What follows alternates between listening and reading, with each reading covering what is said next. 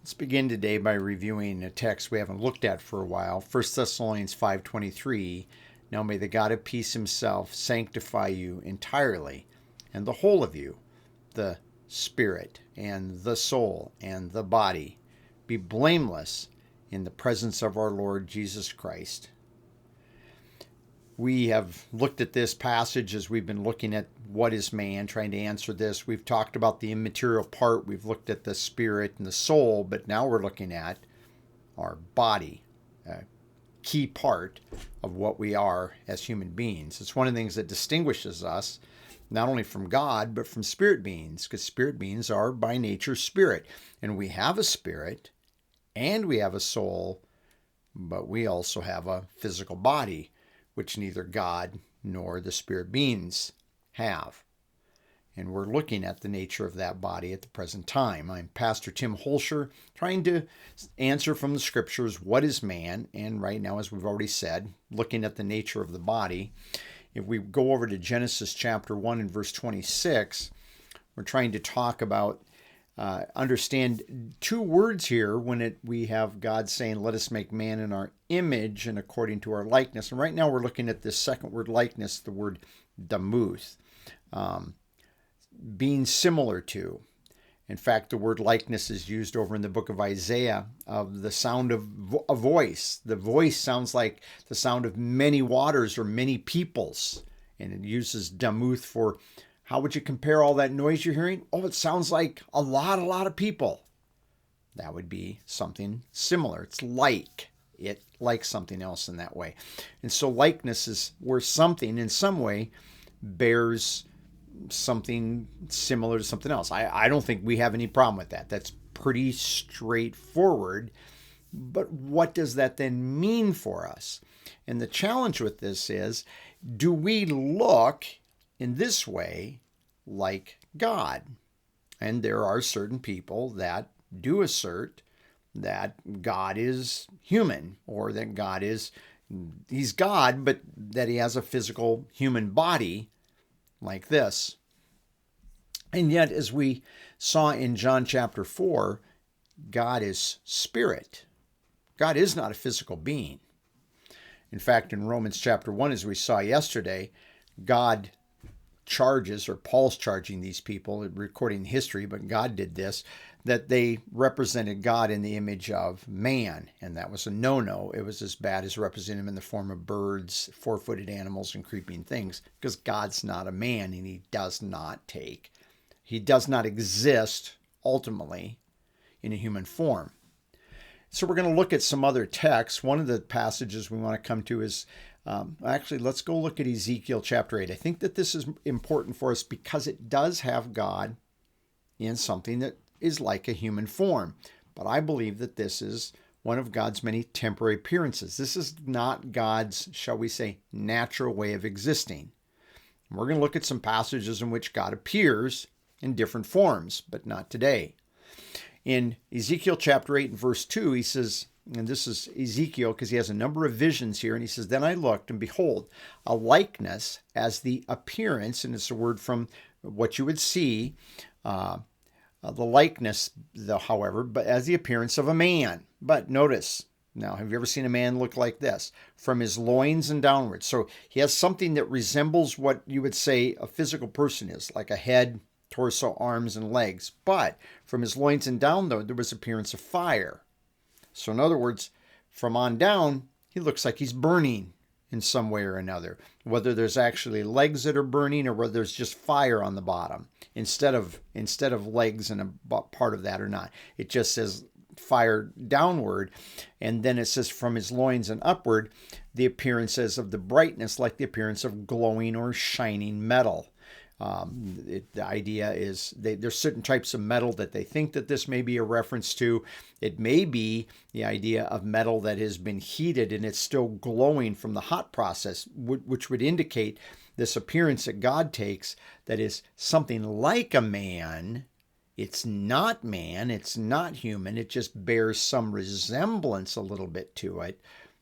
But it's that God is this being that's still distinct, even when he appears here, because he's like made of glowing hot metal even so much so that all of his lower extremities are fire. It's something to think about. I don't, and I'm just going to say this again, this is not the way God naturally exists, because as we already saw, God is spirit. That's God's natural way of existing.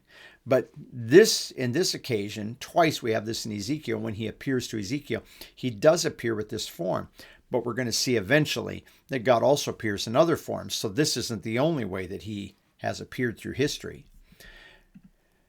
And this is important when we go back to the book of Deuteronomy, as Moses is reviewing the law with the generation that will enter the land.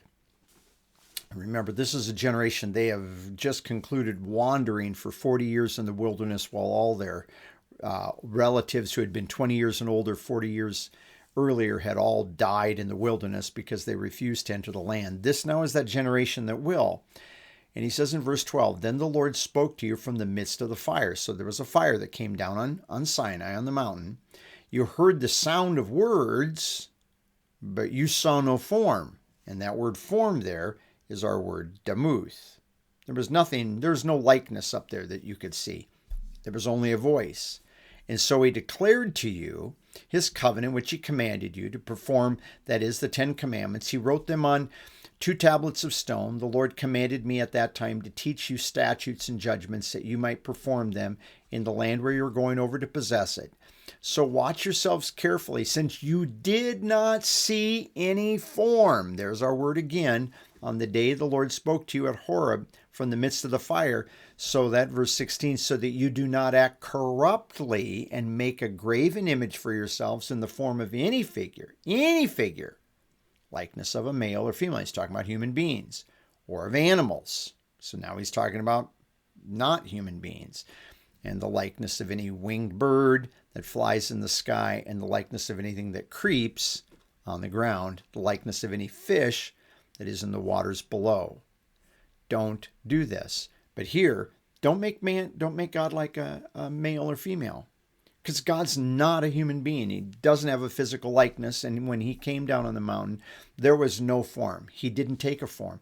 He could have. He did it with Ezekiel. Ezekiel saw a vision in which there was a form that was vaguely human, at least. But here there was no form. When he came down and spoke with Moses, and when all the other people were there, all they heard was the voice. They didn't see a form. Because, going back to John 4, God is spirit. That's God's natural way of existing. And I think it's very important for us to grasp and appreciate that. Come back to another idea that we saw yesterday, earlier in the book of Isaiah, where God is just mocking the whole idea of idolatry. And why would you worship idols, and why would you have any interest to try to make me look like any of these things, or make idols in place of me? He says in Isaiah 46:5, "To whom would you liken me?" And that word liken here, that he's using here, is our word damuth. What kind of form are you going to make me take? Okay, it's a verb form of this. "And make me equal," or make me comparative to, and compare, another word here, to be like, but it's a different term here, me, that we would be alike. And now he's going to, again, take a word related to our word damuth up here and say, what would you then do so that we would be like each other? You get the point? What he's saying here is very important for us, because he's saying you're going to take a form so that we're like each other, so that we would be alike. And he uses that little letter I have circled in green. That's the letter that tells you that this is a we. This is a we, plural, right? How can we be like God? How can you make God like us? He says you can't do it. That's his whole challenge, because God isn't like us. Despite the fact that there are some people that do not understand what it means to be in the likeness of God. They think that likeness of God has to do with the fact that God has a physical body like us. And God does not have a physical body. And God isn't even really human in nature. Never was, because God has always been God. And we are always human, and we never will be anything other than human. It's very important for us to understand this distinction between God and us. Now, it still remains to be seen what it means for us to be in the likeness of God.